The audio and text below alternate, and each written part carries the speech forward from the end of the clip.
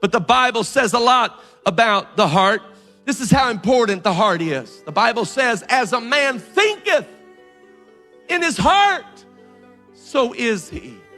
The thoughts of your heart truly are so vital as to what your very identity is. As a man thinketh in his heart, so is he. This is why David pleaded with God, let the words of my mouth and the meditation of my heart be acceptable in thy sight.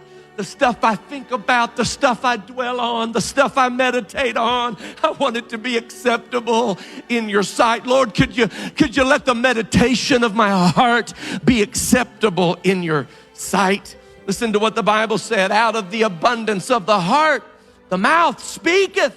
What comes out of our mouth is reflective of what's happening in the heart. This is what the Bible tells us about the heart, and this is interesting. It says their lips praise me, but their heart is so far from me.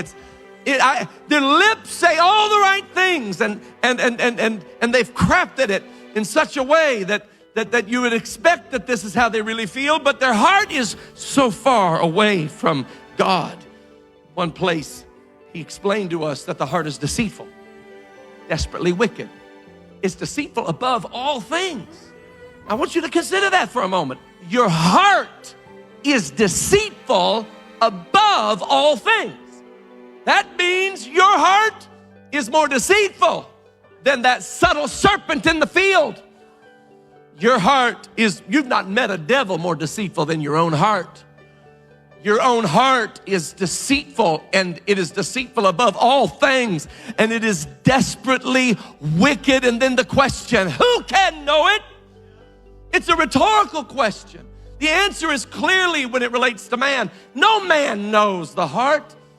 But when you're talking about God, there is an answer to that question, because there is one who knows the heart. There is one who tries the heart. There is one who can judge the heart. That's why he told David, or Samuel, when he came to Jesse's house looking for David, he said, now when you're looking for this king, I don't want you looking as man looks upon the outward appearance. I want you looking where God looks, because God looks upon the heart. And that's where I want you looking, Samuel. I want you to look upon the heart. I don't want somebody that has it from the shoulders and upward, higher than any of the people. I want a man after my own heart. I want a man who will say, thy word have I hid in my heart, that I might not sin against thee. I want somebody that has it in the heart. Only God knows the heart. You and I don't know the heart.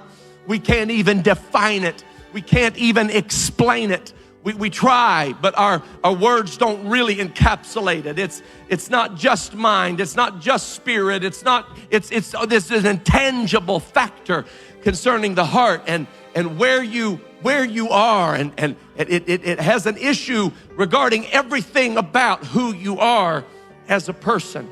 You can go to Google and search heart specialists, Central Louisiana, and they do great work, but they're not dealing with the heart I'm talking about.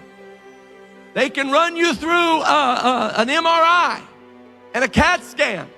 They can do an ultrasound, EKG. They can do an angiogram, but they're not talking about the heart I'm talking about. They can't pull it up on a screen. They can't pull it up on a computer. They can't run dye through your veins and find it. They don't know how to deal with this invisible thing called a heart, this intangible thing called a heart. It's something you can't put your hands on. It's something you can't speak to. It's something you can't put your thoughts around and truly understand all of it. You know, the heart we have in our body, it's not even really a heart. It's a cardium.